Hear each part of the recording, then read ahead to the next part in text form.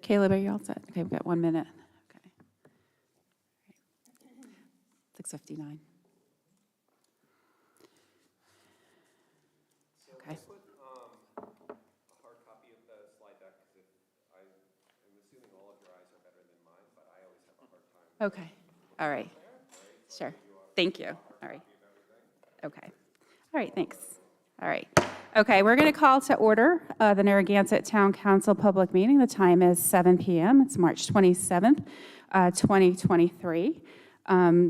Today's public hearing is on the budget for the Narragansett School Department as submitted for fiscal year 2024. Do I have a motion to open and hold the public hearing? So moved. Second. All in favor? Aye. Aye. Aye. All opposed? Motion by Councilor Lawler, seconded by Councilor Kopech. Motion passes 4-0. We have a presentation by Dr. Cummings. So he'll be presenting, and then after the presentation, there will be time for the council to ask questions as well as members of the public. Okay. Thank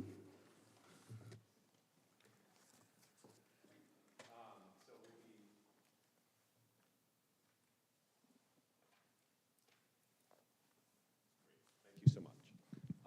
So thank you for having us here this evening.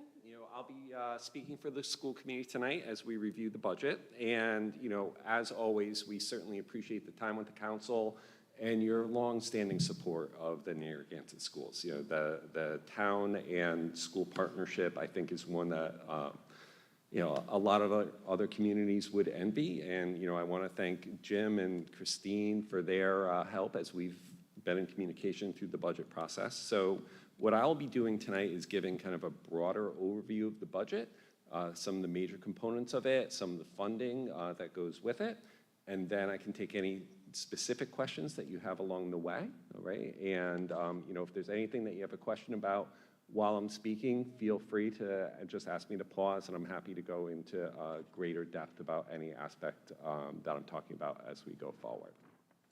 So I think it's always helpful to kind of give a overview of some of the things that has happened since the last time that we spoke. So I wanted to give a few program highlights. So if you recall, the last couple of years when we've been here, we've really been talking about the effects of the pandemic and learning loss and how that has really affected many of our students and our community as a whole. Well, this fall we were recognized as one of the very few communities in Rhode Island where our scholastic achievement has now surpassed where we were before the pandemic. So all of the pieces that we talked about in terms of putting the right supports in place for students, making sure that students were being accelerated, not just remediated, making sure that we had the right staff in place so that they could kind of catch up and then move forward, really does seem to be working. So we're really pleased with that outcome. We were recognized at the state level and actually at the national level, at the National Governors Association for that accomplishment, which was really nice to see.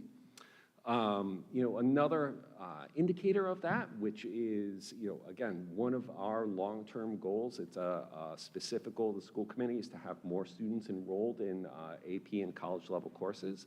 So we have continued to add AP courses to our high school every year. And so this year was our first year of AP Human Geography. That was a very popular course. A lot of students went into it. Next year, we're going to be adding AP Environmental Science and AP Art. And we're going to continue to expand those offerings as students show their interest and are prepared to go into those pieces.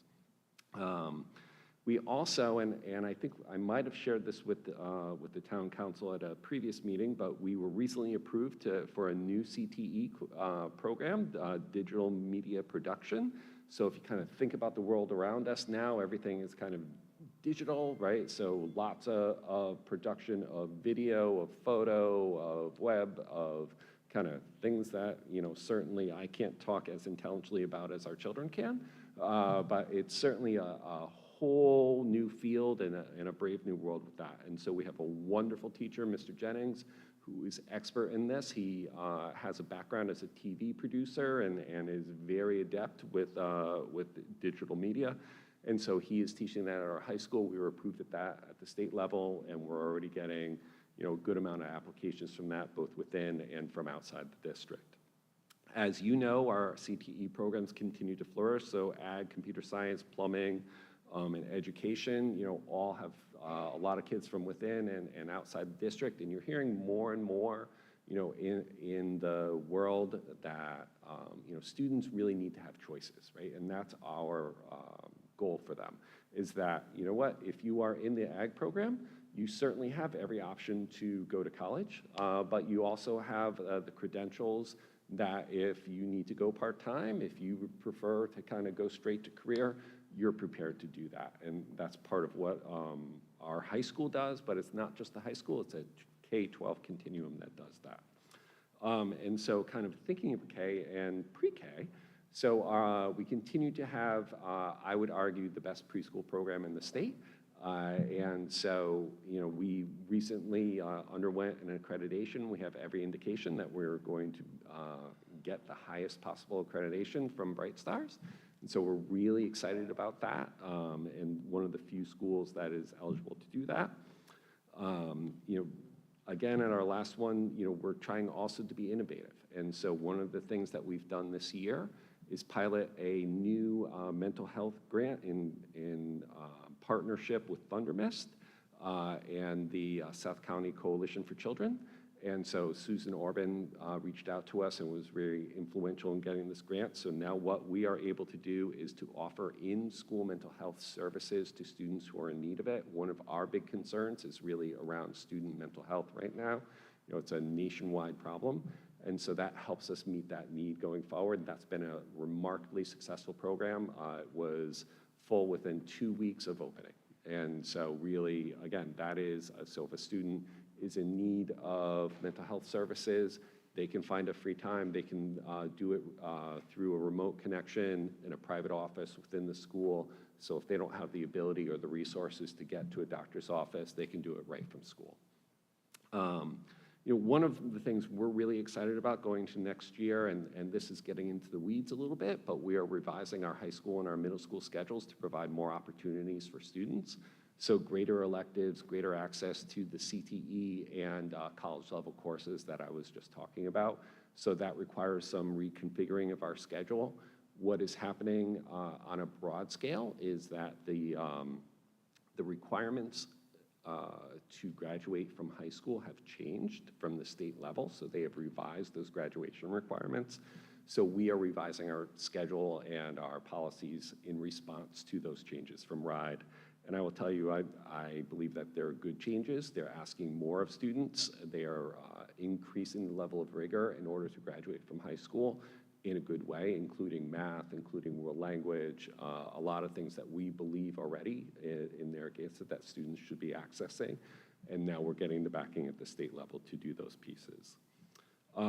You've heard me talk several times about the importance of mathematics achievement. Well, again, we're seeing we've always had very high literacy achievement. Our mathematics achievement in Rhode Island in general is, not as high as we would want it to be.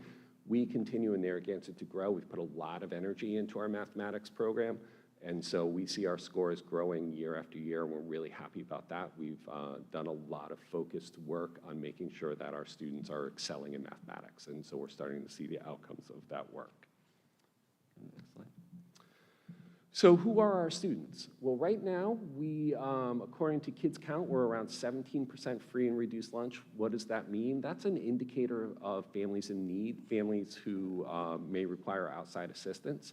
You've heard me talk last year, we continue to have challenges for people registering for that free and reduced lunch, right? And so, that's something that we continue to work on. We've improved our systems. You can do it all online right now.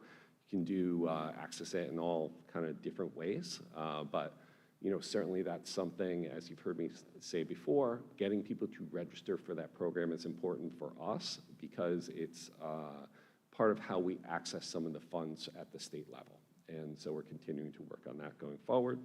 We're about 11% students of color. We have less than 1% of English language learners. About 16% of our students have IEPs and about 4% 504 plans. I will say that 16% is an encouraging number. When I started in Narragansett, it was around 20%.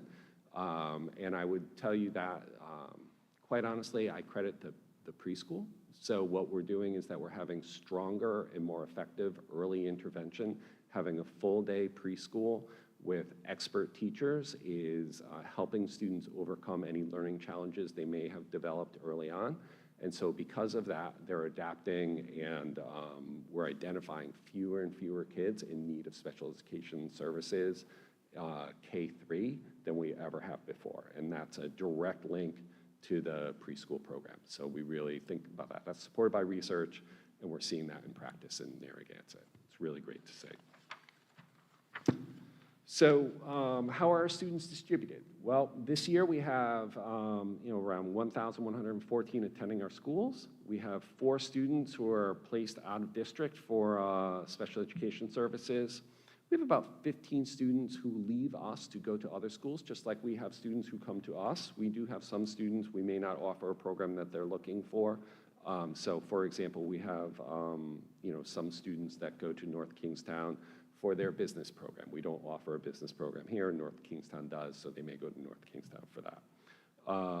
We have 10 students who attend charter schools.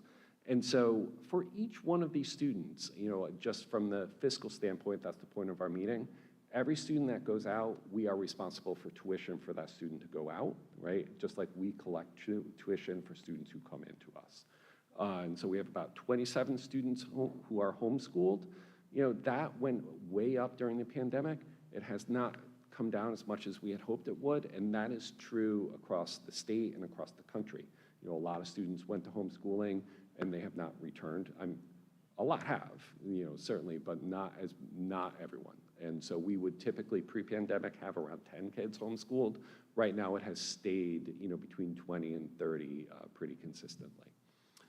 We have 30 students from Jamestown who attend Narragansett High School, and so Jamestown students, we have a long-standing agreement with Jamestown that Jamestown students can either come to Narragansett High School or go to North Kingstown High School. So we have about 30 Jamestown students here. We have 85 students from out of district who are in our CTE program, and so that's an outstanding number when you think about the size of our school, right? So again, we offer high-quality programs. Students come from as far away as Westerly and Warwick, students from South Kingstown, North Kingstown, Charlestown, so from all over come to Narragansett for those programs. And we have about 48 students that attend private schools. We have a lot of families who, their family, all the members of their family went to LaSalle, or all the members of their family maybe went to Hendricken, so they're not necessarily leaving us because they're not satisfied with our schools. It's often because of a family tradition or a belief set around where they want their children to go. So for this year, we will continue to dip in enrollment. Go to the next slide, please. Our challenge right now is that we're graduating large classes. And so, we will graduate a class of about 120 for next year. And we will take in, about 50 kindergartners. And so, it continues to be a challenge for young families to buy a house in Narragansett. Continues to be a challenge for people to find that affordable housing or a starter house so that they can enroll their kids in the schools. And so, we're really feeling the effects of that. When you combine that with an overall dip in school-age population of about 10% statewide, so those two factors in Narragansett make it that, we are hit by that.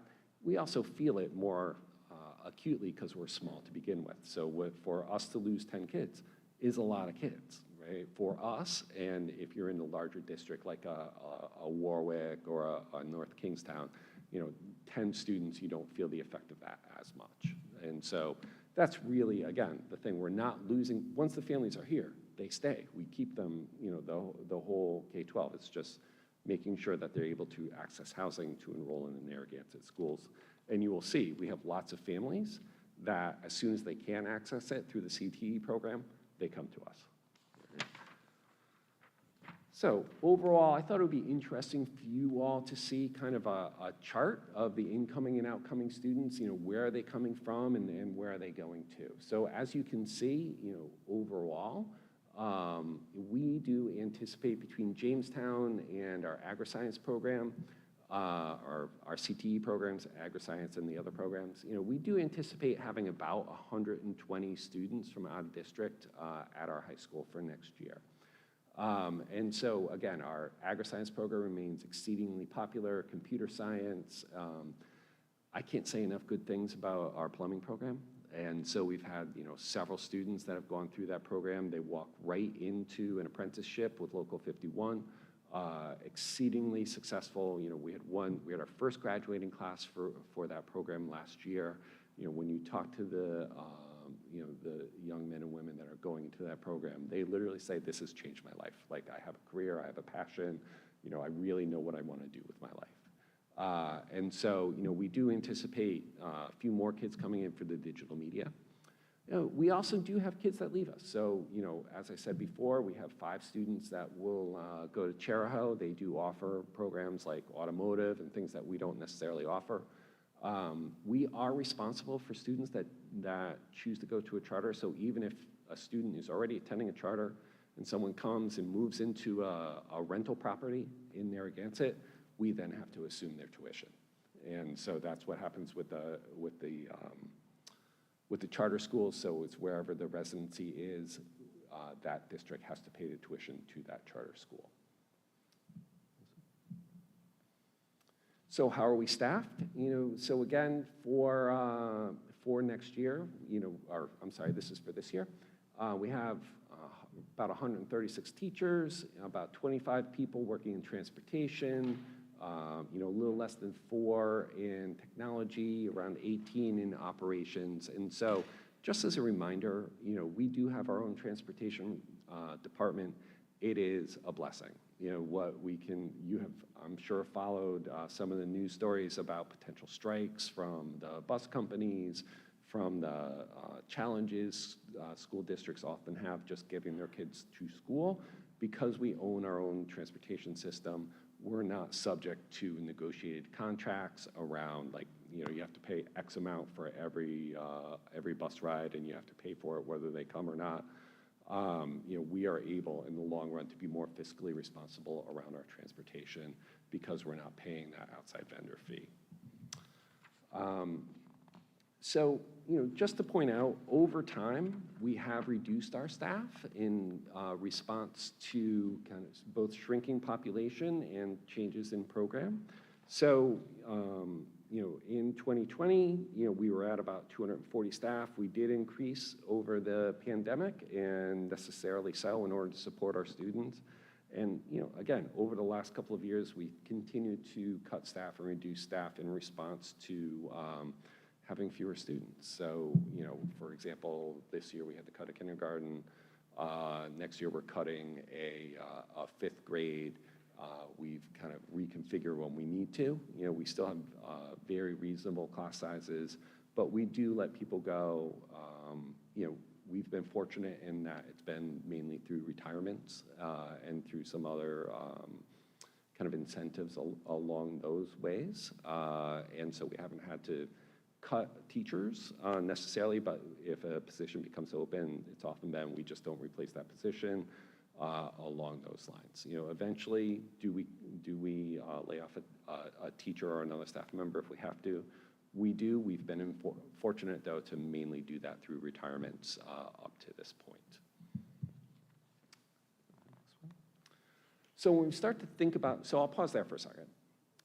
Any questions just on what's happening in the district, or kind of some of the overview of the district, or where we are with that? I don't. Any questions from the council members? Okay. So now I'll transition a little bit into the financials, just so you kind of have the foundation of what those financials apply to. So our budget considerations are similar to what happens with the town, right? The main drivers are long-term cost of our contractual obligations. Education is a person-intensive endeavor, right? The whole point is to support the interaction of teachers and students. And so because of that, right, really 80%, over 80% of our budget is due to staffing, right? And we would not be doing our jobs right if the majority of our budget wasn't devoted to staffing. We want to make sure that our resources are going to providing the highest possible quality teachers to interact with students and make sure that they are getting the best possible education. But we need for those things to happen in a place that is safe, warm, hospitable, and that's our long-term capital improvements. And so again, as you all know, over time, we've been committed to maintaining our schools, making sure that they are of the highest quality. I know lots of you have been in there. They are clean, they are well-maintained. We have great facilities, not extravagant, right, but very high-quality facilities. I'm pleased to report that the auditorium project is humming right along. So like every other construction project in the universe right now, there have been some supply chain issues, but we will have it, I am reliably told, open for the beginning of the next school year. We look forward to having you there to kind of some opening concerts. Again, the school committee is really committed to supporting recovering from learning loss, and as you've heard, we're doing that effectively. We need to keep that up. You don't just kind of get there and then cut off all the supports. We need to continue to support our students in that. Mental health is a huge issue right now for students and for staff, and so we see lots of students who are in crisis, lots of families who are in crisis, so we continue to support them. You heard me talk a little bit about our early childhood program. The preschool is amazing, our career in tech and AP. As you saw, we're responsible for the charter school and CTE tuition obligations for students who leave us. We want to continue to have innovative programs, and so we want to be able to continue to invest in programs like digital media or new AP programs, and so that, again, requires a resource allocation to be thinking out of the box and doing some different things for students. So, I think it's important to also, next slide, please. I think it's also important to kind of give an overview of where that capital investment goes. And so, district-wide, there's nothing as glamorous as a new auditorium on here this year, unfortunately. But there are some really important things. So one of them is our communication system. Today just highlighted the need for this. And so this is a communication system. It's new phones with emergency contact, with a message board. I think it's really critical so that we're not relying on announcements and radios and that kind of thing. It's an in-room communication system, updated phones with all of the bells and whistles that allow us to do those emergency communications going forward. Certainly, a plow truck, so the last one literally rotted off its base. And so we certainly need that. And lots of these are from the Jacobs report. I think lots of you all have heard me speak about this before, a study of all school buildings in Rhode Island where they identify critical needs, which is a level 1, and then a level 2 or level 3. So we're finishing addressing those level 1s with things like emergency lighting. At the elementary school, that will be a generator. And so, as you all know, about every other year, there's a giant storm in the fall that knocks down all the trees.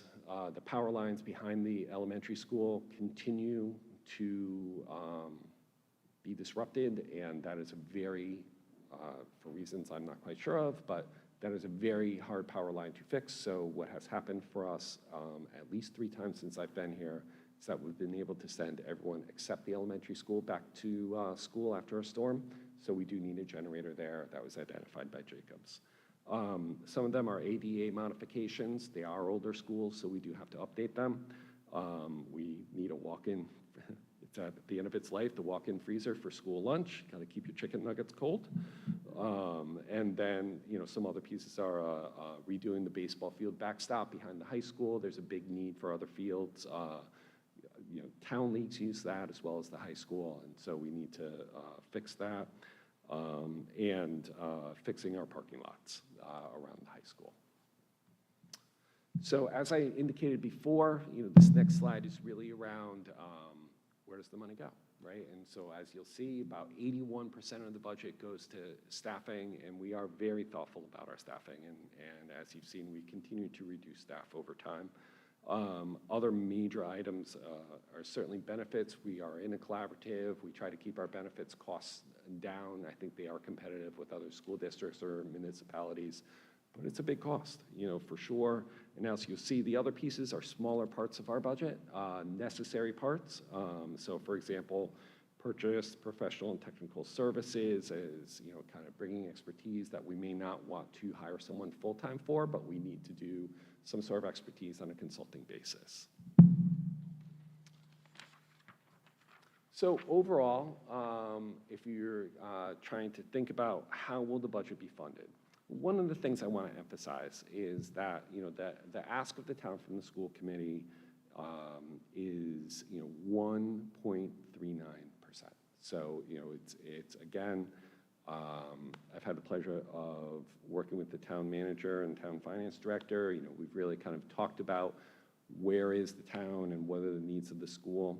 We're able to do that for a couple of different reasons. So one, our state aid stayed pretty stable this year. There has been a kind of hold harmless push at the State House in order to maintain kind of our level of state aid.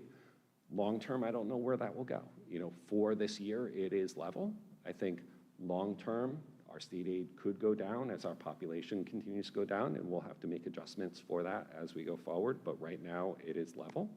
I'll go into our fund balance a little bit, but I will say that we're contributing, a lot of our fund balance into operating. We're using the full fund balance this year between operating and capital and emergency reserve. I'll go over that with you in a moment. We do get tuitions in that helps reduce the burden on the town, right? And so those, over 100 students coming in bring tuition dollars with them. That helps reduce the burden on the Narragansett taxpayer. And so overall, while our budget is overall going up 4.6%, the burden on the town is 1.3%, okay? And again, I want to just emphasize that point. So, can you go to the next slide? I stole my own thunder there, all right? And so, again, just to emphasize, right? So it's a increase of $384,000. That is well below the rate of inflation, right? It's well below our contractual obligation increase, right? And so, our ask of the town is below any kind of outside measure because we're able to offset that with other revenues and other resources. So while the overall is going up, it's still below the rate of inflation, right? Just above our contractual increases. The ask of the town is 1.39%. So just to give a little bit of perspective, I did a little bit of research and started to think a little bit about, okay, let's go back 10 years. Right? And I went back 10 years and looked at the town contribution to the schools. And so for the 2014 budget year, the town contribution to the Narragansett schools was $24,340,415. So I went on the U.S. Bureau of Labor Statistics. If you've never been to the U.S. Bureau of Labor Statistics, I encourage it. It's fascinating. And put that in and said, okay, well, what is that amount in today's dollars? Okay, so when you cause for inflation and whatnot. So the 2014 allocation equates to $31,304,273. Okay, so the ask of the town this year is $3,308,966 less than the inflation-adjusted allocation of 10 years ago, right? So, again, we have made adjustments over time to make sure that we are working efficiently, that we are allocating our resources to the right place, that we are adjusting staff as necessary to adjust to reduce student population. And so, I would say and argue that we are asking for the equivalent of $3 million less than we were 10 years ago. The next one. When you look at where we are in comparison to our neighbors, okay? When you look at South school funding costs per capita in South County, and this comes from RIPAC, the Rhode Island Public Expenditure Council, okay?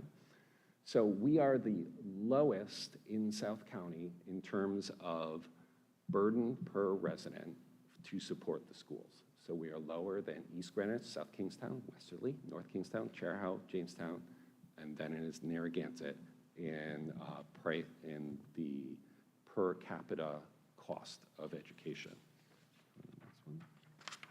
If you also look at the education contribution as a total portion of the town budget, again, Narragansett is the most efficient, where approximately 50% of the overall kind of cost of the town goes to schools, 50% goes to the town side, fire, police, administration. When you look at other school districts, they're above 60 or even close to 70% of each dollar going to the school side, and the other, 20 to 30 or 40% going to the towns. And so again, Narragansett has the lowest percentage of a tax dollar going to schools of any municipality in South County, and to be honest with you, just about the lowest in the state. Okay, we're in the bottom few of the state. So with that, I would say a 1.3% increase of the lowest contribution in the area and the lowest per capita burden on the taxpayer is a very reasonable piece. What often happens is that I know you all are often asked about fund balances. So I wanted to review the fund balance with you and do that in public session so that everyone could really see where the fund balance goes, okay? So as a reminder, as you know, you all have heard me talk about this time and again, all right? In 2016, the then council formed a resolution to ask the school committee to make sure that they're using their fund balance in a certain way, right? And so what they recommended is that it was used for asset protection, application to the next year's operating budget, and as a reserve fund for emergencies, right? That's the genesis of that resolution. Well, when you look at how we're applying our fund balance, if you go to the next one, we have a beginning fund balance of a little over $5 million, okay? So $1,500,000 of that is going to capital projects and asset protection. So you will see that in towns around us, they're putting out bonds, they're kind of doing all these different things that are a long-term obligation in order to keep up with the maintenance of their school. We have not had to do that in Narragansett. We've been able to fund that out of our capital reserve and our operating budgets going forward. We do need to keep a certain amount in emergency reserve. So, a little under $1 million in an emergency reserve. So you all may have seen the pictures of the Pawtucket School, like freezing over and getting flooded, and kind of, while insurance covers some of that, there's some immediate costs that before insurance can cover it that you need to lay out. We need to have an emergency reserve, heaven forbid if something happens along those ways. Then the rest of it goes to operating. So, over $3 million goes to operating. So the remainder of the fund balance is zero. Right? And so again, that is all being applied to the costs to keep the overall asset of the town down over time. So I'll just conclude by just saying strong schools mean a strong community. You've heard me say this every year, and I truly believe it. We've had great support from the town council over time. I think that, if you were to talk to our parents, they would say that their children are having a terrific experience in the Narragansett schools. I will say, I know one of the goals of the council is to get more families to live in Narragansett. You're gonna have more families when you have good schools, right? And in order to have good schools, you have to support them with the resources they need to operate effectively. High quality educational opportunities attract not just more families, but employers and other professionals to our community. When you have good schools, you have more opportunities for everyone. And quite honestly, the way that we do that is to have great facilities, to have an outstanding staff of terrific teachers, and we do that by being really thoughtful with where we put our resources. So with that, I'll take any questions that you all might have. Okay, thank you. Thank you for that really detailed presentation. There's a lot of great information there. It really helps, if you have any questions, that you've pretty much answered them all. And I just want to also thank the members of the school committee for your efforts on this budget. We'll open it up to the council members. Do any council members have questions for Dr. Cummings? I have a couple of questions and a Councilor couple of observations. First of all, I'd just like to thank you. It was a really good presentation. I really liked the way you put it together this year.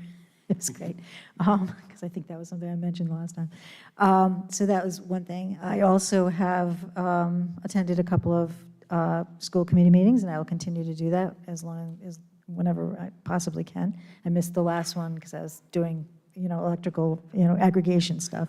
But, and those are really interesting. I wish more people came because, I was there for the robotics demonstration, and that was fantastic. So, and I think, I have also seen the CTE program in practice, and it's just really fascinating. I don't know how many people know that you folks have your own greenhouse, that you make your own maple syrup, and that you have students who know how to make really beautiful flower arrangements. So that's pretty cool. And the media group, the presentation that I went to with regard to the CTE programs and the whole civics process was just very enlightening. I was there with a lot of other people who hadn't, seen anything going on in a high school in a long, long time, and they were phenomenally impressed. So all those things are really great things, and I'm really, it's just something that you can be really proud of, and that I can actually share in that pride, which is fun. But it's very good. I do have a couple of questions. I just wanted to be sure, I understand that the capital projects that you have are specifically for this coming year, for the 23-24 year, and that is $1.5 million, right? Correct. So, okay. Go ahead. And Deb, if I can just provide a little more detail with that. Sure. And so we are eligible for 40% reimbursement through Housing Aid Okay. for any of our for most of our capital projects. There are some that don't necessarily qualify, but most of them do. Right. And so what happens is that once we have to put out the initial outlay of funding in order to do our capital projects, we are then reimbursed through Housing Aid from the state, and that is then applied to keep the cost of future capital projects down. So that $1.5 million that you have, listed, it will actually be 40% less than that. Correct. In the end, that's good, because I was actually going to ask if you have, opportunities to get grants. So it's sort of the same idea. So it's good. That's very good to know. Right. We did actually just get just about $100,000 grant for new equipment for our computer room that is funding the new CTE program. Well, I will tell you that if you need any help with grants, talk to the fire chief. That guy's amazing. So, okay. And I was pleased to see that the state aid has been level funded from the state this year. That's a very helpful situation. I had one other question. I just have to find what page it's on. I did like your comparison of 2014 to 2024. I do have one question, though, just to make sure that all the I's are dotted and T's are crossed, and that is that I don't know how many students were in the district in 2014, so if there were more students, that would change the numbers a little bit, too. So It would for sure. Yeah. But I think overall, if you kind of think about the amount of money that's devoted to kind of operating the schools, Right. Yeah. Whether there are Oh, I know what you're going to 18 say. kids in the classroom or 25 kids in the classroom, you still need a Your teacher. overhead's the same, right? Right, and the cost is the same. That's a good point. Good point. Just want to check real quick. Oh, one other thing I just wanted to mention is I know Christine Wilson is working on a project with some of our fund balances to make a determination as to what the right amounts should be at any time when you're trying to make sure that you have a fund, a piece of fund balance that's actually held back in order to handle any situations that might crop up, any emergencies. And I don't know if you folks have had a chance to talk to her about that, but I think we're coming up with a pretty interesting, determination. And if that's of any use to you, I thought that, I just mentioned it to you. Yeah, of course. Okay. Christine's great, and Yes, she working with is. us, and she and Karen work together really Great. I know, that's great. Okay, I just wanted to mention that, and that's it. Thank you so much, guys. You did a great job. Councilor Lawler? Well, the good news is Deb asked 3 of the questions I was going to ask, so I only have 2 left. And thank you, Glad to Pete. help you. Always do. Thank you, Pete, and thanks to the school committee for being here, and I'm glad to see some people in the audience that probably were going to ask some questions as well. I really only have two questions to ask. The first one is surrounding the point that you brought up about people being able to afford to live here, affordable housing. I like to call it workplace housing, because that seems to be a word that in this town is going to probably be more helpful us to create that type of housing. But can you tell us a little bit more about our neighboring communities, about their enrollment? I can understand how our cost per capita is down the lowest because we have the fewest kids as well. But can you tell us a little bit more about their enrollment, how that's been leveling off? Sure. It's down just about everywhere. Kingstown in particular has gone down quite a bit. North Kingstown seems to be stable or growing a little bit. Chairhouse is pretty stable. Exeter West Greenwich has been down comparable to us, around 10% over the last like 5 to 9 years or so. And Westerly is down in around 5 to 7%. And so these reflect the national trends. That we see. So in general, more rural and suburban areas, and Narragansett in the winter sometimes, it's kind of in between those two places, have gone down generally across the United States around 10% over the last decade. More urban areas are actually going up. So the overall number of students in the United States has gone up due to an increase in students in urban areas. It is continuing to go down in areas such as ours due to a lower birth rate. Although I just did read an article that there is a COVID baby boom coming. Fill that preschool program one way or the other, Pete. Way to go. My other question is about the programs. The AP programs are wonderful, but we do have different types of students that also do like the trades and apprenticeships. And I've been reading a lot in the news about the amount of, a proportion of the amount of people kids that are now interested more in getting into an apprenticeship or an internship in trades versus the academic traditional college route. What are we doing to take a look at other opportunities such as fisheries we might want to have come in? What do you see out there? Because I think this trend is not going to go away.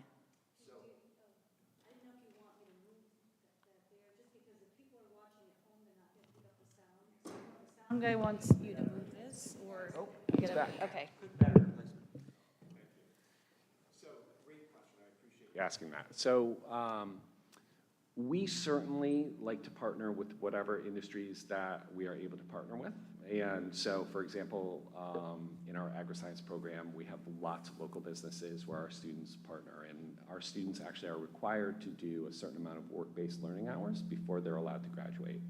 What also happens through our CTE programs is that they get certificates in certain skills where they are able to be employable once they graduate. So, for example, students who go through our computer science program graduate with certificates in Cisco networking, right? And that's a really hard one to get.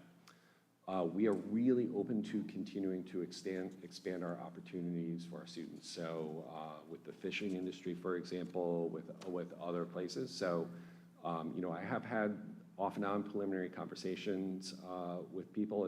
I think we were going down that road, got blown apart by COVID. We're just kind of getting back into it, but certainly we welcome those opportunities to partner going forward. Because we have pipe fitting, do we have any type of construction at all? So we have the plumbing and pipe fitting, and that can also go into HVAC and just generalized welding. And so, long term, there are opportunities for students who go through that program, not just to be a union plumber, which I believe they're making a lot more money than I am. Yes. Steve's nephew can tell you a lot about that. Right. Narragansett plumbing. But also go to electric boat, kind of those other things. Kids who go through our ag program, have experience in ag mechanics, kind of working with their hands. There's lots of opportunities for them going forward. Kids going through, we have an education CTE program where students get advanced standing once they go to URI. There's a huge educator shortage in Rhode Island, so there's lots of opportunities to go through that. So we have really worked with students to see what their interests are and then provide opportunities within those interests. So for example, digital media is a perfect example of that. That's a highly popular, we ran it as a pilot course, highly popular, lots of kids wanted to keep taking it. It's a career that really appealed to them, so we decided to apply to be a CTE program in that. Same thing in our education program. You know, again, we run a pilot course. We see if students are interested in it. Once we get students that are saying, you know, this is really something I want to try to pursue, we will then follow up with it. Our schedule change, which I mentioned earlier, will allow us to have more electives. And because we can have more electives, we can pursue further types of opportunities that you are mentioning. Great, thank you so much. Councilor Ferrandi, any questions? Yes, thank you, Eva. Thank you, Mr. Cummings, and all the school committee for your work. Appreciate the time, and I know it's a difficult thing, kind of juggling it every year, but you do a good job. I'll go from the top. I have a few questions. I want to thank you for bringing the school children and adults to above the pre-pandemic levels. That's very important. I mean, I know a lot of schools that I listen to, some of the other school committee hearings, everything's below, and they're trying to figure out how to catch up. So thank you for that. Another issue was I do like the idea of the different programs with plumbing and digital and the rest of it. I know it's probably only so much you can take on at one time, but that could be a good consideration, stating the way the economy is now with, more service workers needed. And a lot of people, can't find jobs, but we need more in the service workers, so. The in-pilot mental health services, what is that's something new, correct? So that's this year. We received a grant, and so it's a really exciting program. So what often happens in the area is that there's just not enough providers for students who really need mental health services. And it's particularly hard to find providers for children and for teens. And so Thunder Mist as a community health agency really has a mission to serve students or serve people who are underserved.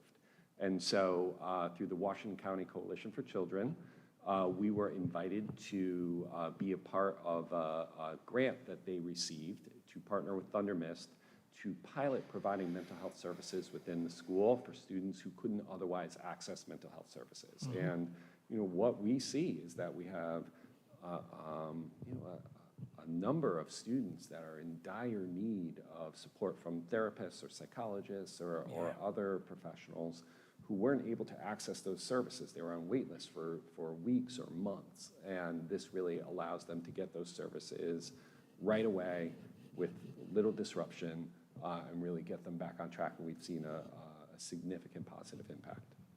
Yeah, it's kind of one of those issues where it's sorry to see that there's a lot of that today, but we don't want to rely too much on it, but we at least want to have something available in case it's needed. So I think it's a good idea. I'm glad to see the mathematics achievement is growing. Let's see, I had a couple others. The population is less. It's only about 2.7% less. I guess I don't know if it's good or bad, but I mean, with an 8% reduction in between the 2020 census and 2010, I mean, we're all seeing it, I guess. And another question I had was,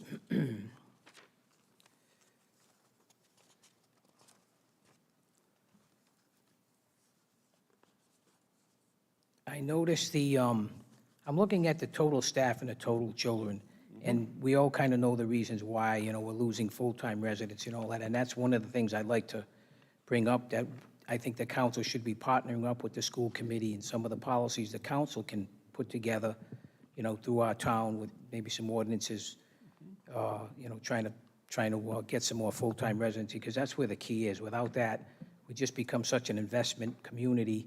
We're kind of losing it on the back end. It's not easy, but, we have some policies that we like to. But if we get the correct policies, then the school committee can start, bringing that forward and, I'm not, for lack of a better word, advertising it. So, this is something the town's puts a line in the sand with, and this is what we want to be. What we want our community to look like. Well, Well, again, for young families, we literally have one of the best preschools in the state that's accessible to, every Narragansett family. And so, that type of thing and the support of programs like that from the town council allows us families to access, right? And so if you know that you're coming to Narragansett, you have young children, and you know that you have access to one of the best preschools in the state, that's an incentive to move to Narragansett. Yeah, you're going to have the support. The current school population, without being that specific, how much more, like, total students would it take to kind of put us at, I guess, I don't know if we're at the low enrollment or just right for the amount of staff we have? Like, how many more would, let's say you got in 20 students per year. Could you handle like 20 more without a lot of, you know what I mean? I'm kind of trying to figure out exactly where we are. If we're really, treading water, or if we're saying, okay, we can put another 50 or 100 in there and kind of run the same type of operation.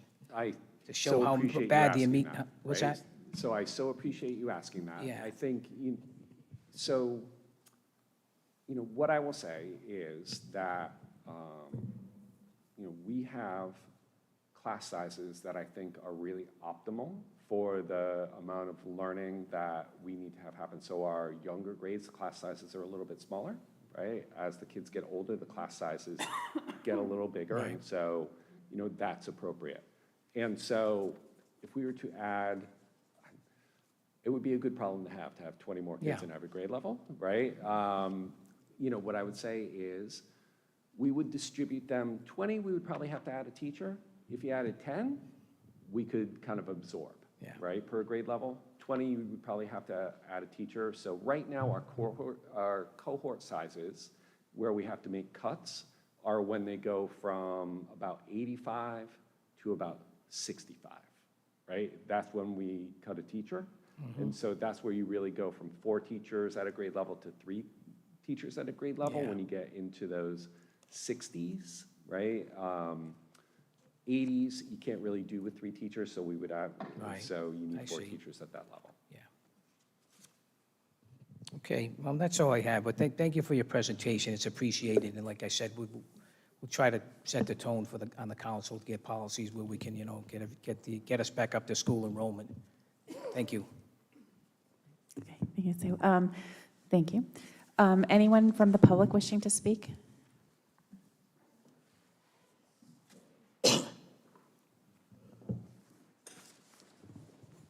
Just state your name and address.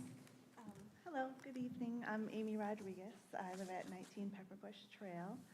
I'm a parent of 3 of the children in the district, and this is my first time coming to a meeting, so excuse me if I seem a little nervous. Thank you all for being here, too. I've been watching the school committee meetings lately and getting a little bit more involved, and that's all very exciting, and I wanted to thank Jen. You're Jen, right? Yeah, it's hard to sometimes see you through the camera.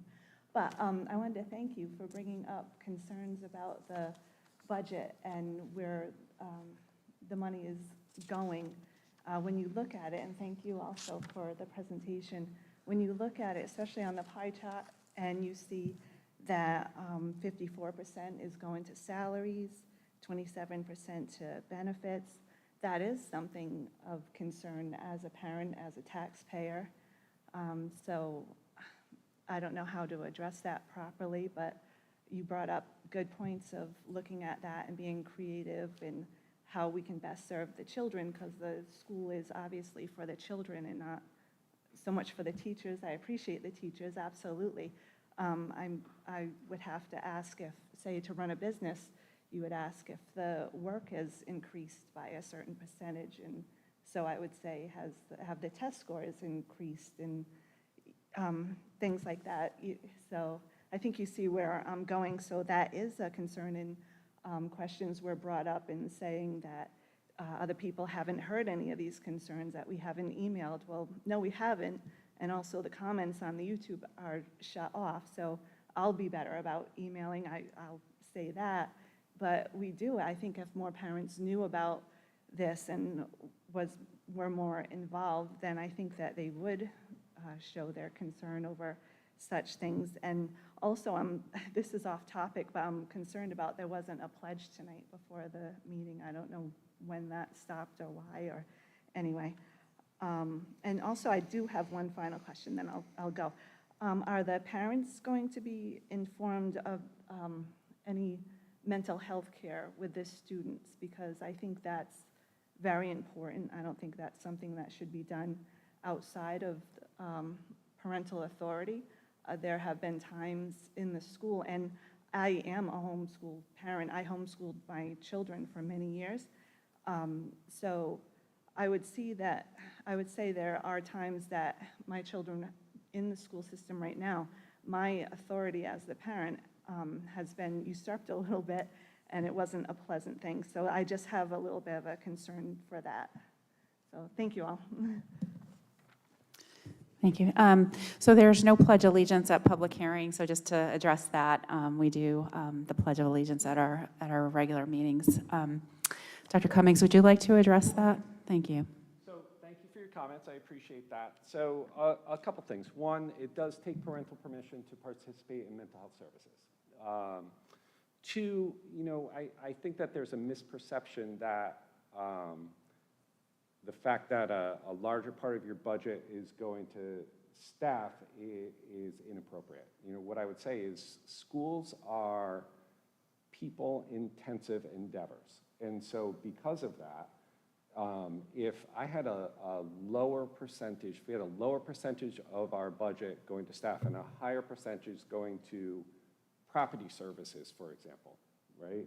That would not be benefiting directly putting the dollars into the classroom, putting the dollars, the interaction of teacher and student in contact. And the school committee's goal, and certainly my belief, is that we want to put our resources as closest to children as we possibly can. The people who are closest to the children are the teachers. And so because of that, we could certainly reduce staff, right? We could also have class sizes of 28. We could cut benefits and get lower quality staff. We could do lots of those things are certainly within the realm of possibility. And so, I would posit that the interpretation of investing in your staff, right, is inefficient. And I would suggest, and always happy to talk about this, kind of have you maybe reconsider the fact that the school committee is really allocating resources to the most important part of education, which is our teachers. Did I get all your questions? Okay. Thank you. Anyone else wishing to speak from the public? Okay. Thank you. Can state your name and address, please. Leah Mitchell, 17 Bettany Road. Okay. I'm here to support this fiscally responsible budget. I have 2 students currently in the system and one who has graduated and is at High Point University. While I am a teacher in this town, I'm here as a parent for my children and all the children in this town. I have the unique opportunity to see both sides. I can attest to the dedication and love our school staff has for the children of Narragansett. As a town, one of the most important jobs we have is to prepare our students to be successful members of society. They are the future. The Narragansett school system offers wonderful programs such as foreign language to our students as young as kindergarten, theater groups to expose them to the arts, small class sizes to ensure differentiated instruction meets the needs of our learners, an opportunity to take classes at URI during their senior year, and various CTE programs. That's just to name a very few examples of what's offered to our students, preparing them for their future.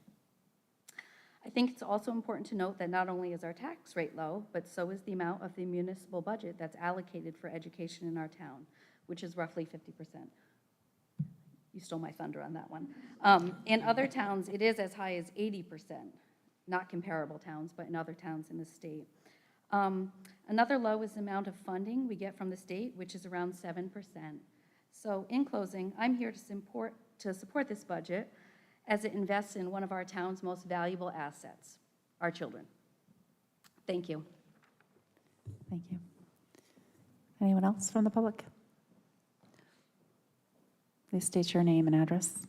Hi, Catherine Canavian, 190 Clark Road.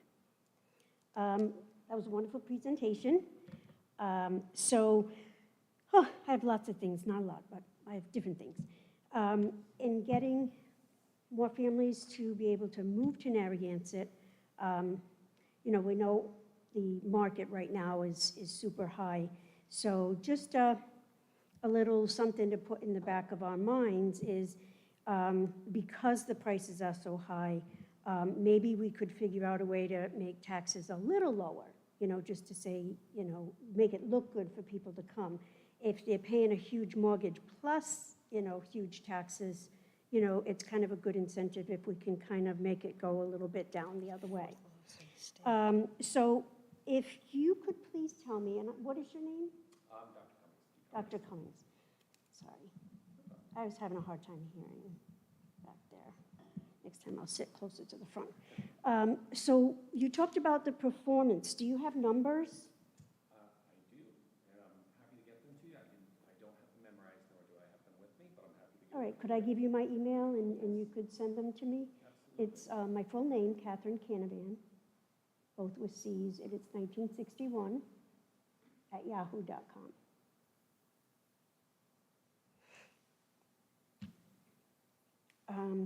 You also talked about changes recommended by RIDE for graduation. Are we doing SATs and PSATs, or are you getting rid of those? No, those are staying? Okay, good.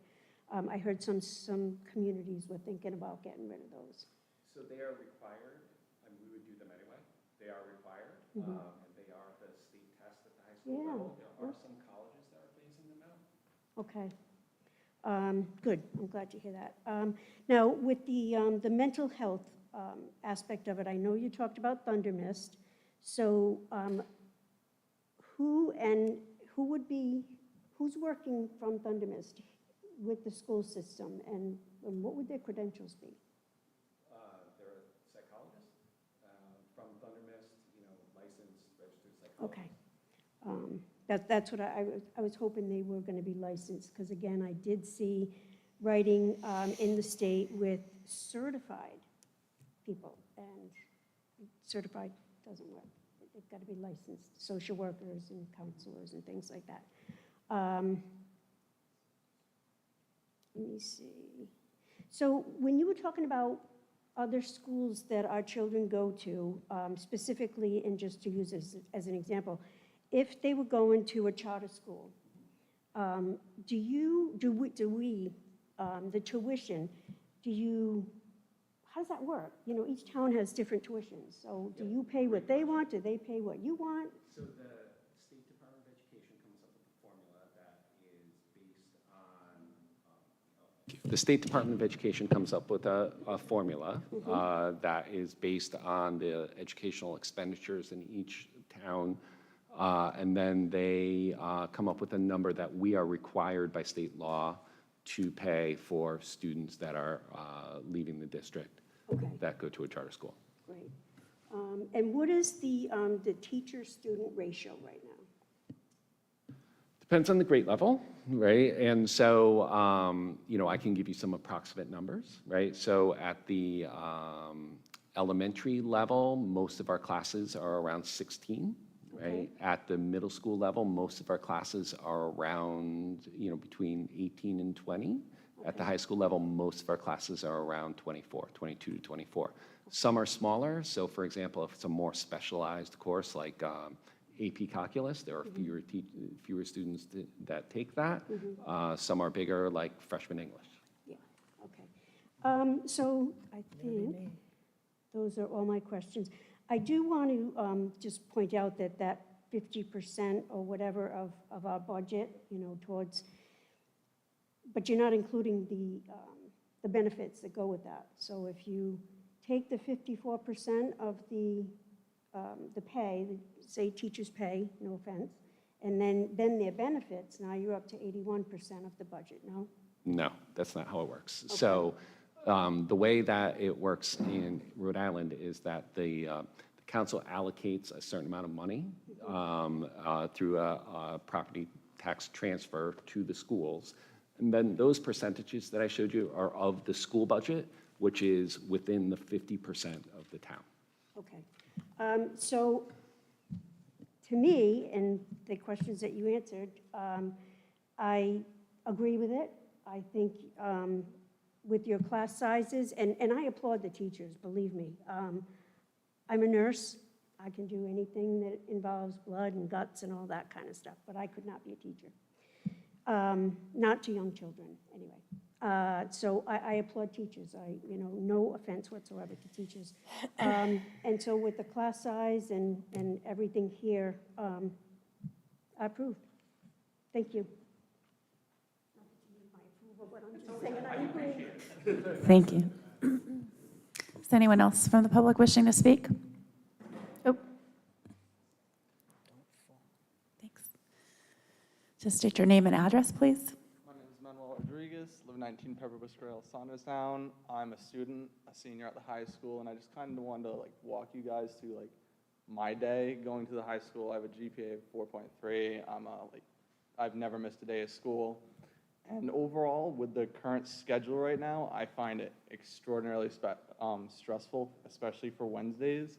So I'll leave my house at 7:30, and it'll take 20 minutes to get there. And I'll sit in the line for 10, 15 minutes just to find a place to park. And I don't have a parking pass, as most seniors do, because I didn't have a license or a car last year. So I have to walk all the way from the entrance to the school, and I'll usually get there too late, and I'll get a late pass, and then 3 of those, that's a detention. So that's the start of my concern, so I would like to see maybe a better way of parking, because there isn't enough for the amount of students that we have, and even with the smaller numbers, we still don't have enough. Are we expanding the parking? Where are we putting that? So, again, I would invite you to kind of, I appreciate you being involved with this, and so certainly you can talk to Mr. Warner. But the parking will be going in the front, and they're going to expand it in the back as well. Are we getting rid of that old field because we're getting the new baseball field, or? Nope, the fields will all be there, but we're able to move the woods back a little bit Okay. on each side. So you guys did the premise of that. Okay, so. Okay, so do you have any questions on the budget? So this is, Yeah, yes, so okay. my thing this year is, for the past 3 years, we haven't had as much staff, I feel like, at the high school as we did this year. I'll walk in and I'll see maybe 3, 4, 5 people just standing there. I don't know what their purpose are. I've never had them as subs, never had them as teachers.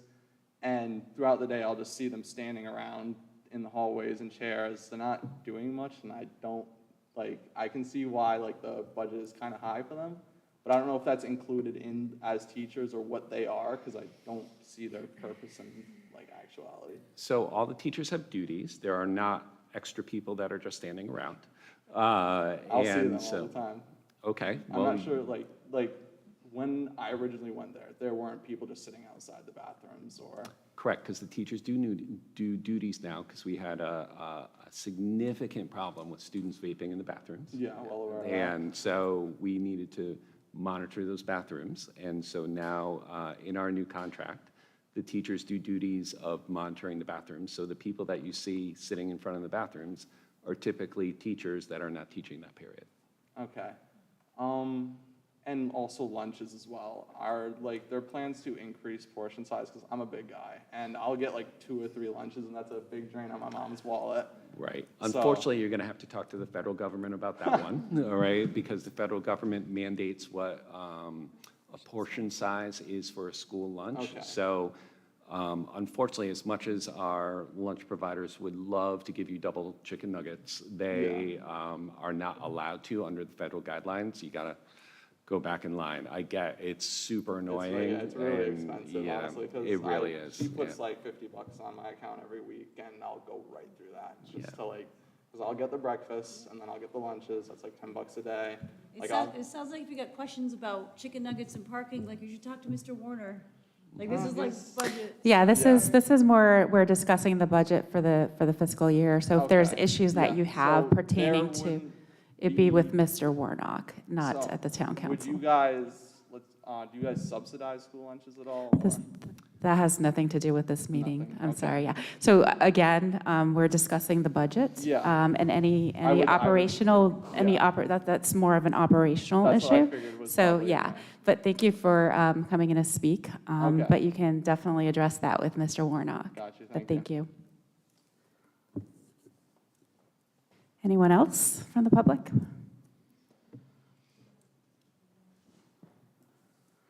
Okay, so I guess with no one else wishing to speak, anyone else from the, I'll do another round from the council.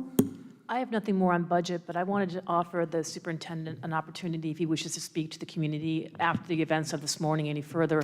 I know correspondence went out to the school, but if you have anything further to say, I think it would be welcomed. Thanks, Jill. So, I did send a letter out to the community. We never want to experience what we experienced this morning, unfortunately. It was a swatting call. First of all, I want to acknowledge it and just kind of praise our Narragansett Police Department. They were at our schools within a minute. They were incredibly professional. They swept the buildings. There was an unfortunate delivery driver in the back of the Narragansett High School that experienced all of Narragansett Police coming and checking him out. And so, again, that wasn't the call. The call had originally gone into the Narragansett PD. So they were incredibly fast. Our students and our staff did a great job. Everyone locked down, stayed in place, did exactly what they were supposed to do. It is anxiety producing, and certainly our hearts go out to the victims in Nashville today. We never want to see that. And for all of us, it's just, when will this end? And I think today was certainly something that we don't want our student and staff have to go through that. If they did have to go through it, I am grateful that we have the Narragansett Police here to kind of partner with us and make sure that everyone is safe. And our teachers and our students did an incredible job of just responsibly sheltering until we knew that it was safe. So we continue to support our students. We did have several students that needed a little bit of extra support throughout the day. We have staff available for them as that goes forward. And, I did get a lot of comments back from parents, certainly worried about their children, appreciative of the response, and, we'll continue to take feedback from the community as, unfortunately, this is not something that we want to have to do all the time, but when we do it, we want to learn from the experience. And there were great things that happened today. There are also things that we're going to learn from going forward. But I will say, I'll conclude with, it happened to a lot of towns today. And, unfortunately, students should be able to be in school and be safe and be happy and not worried about shootings and not worried about being harmed there. So we're going to do everything we can to make sure school remains safe. Thank you. Okay, so thank you for that. So we have no more further questions from the council, I believe. So is there a motion to close the public hearing? So moved. Second. All in favor? Aye. Aye. All opposed? Motion by Councilor Lawler, seconded by Councilor Kopik. Motion passes 4-0. Thank you very much, and thank you to the public members for attending.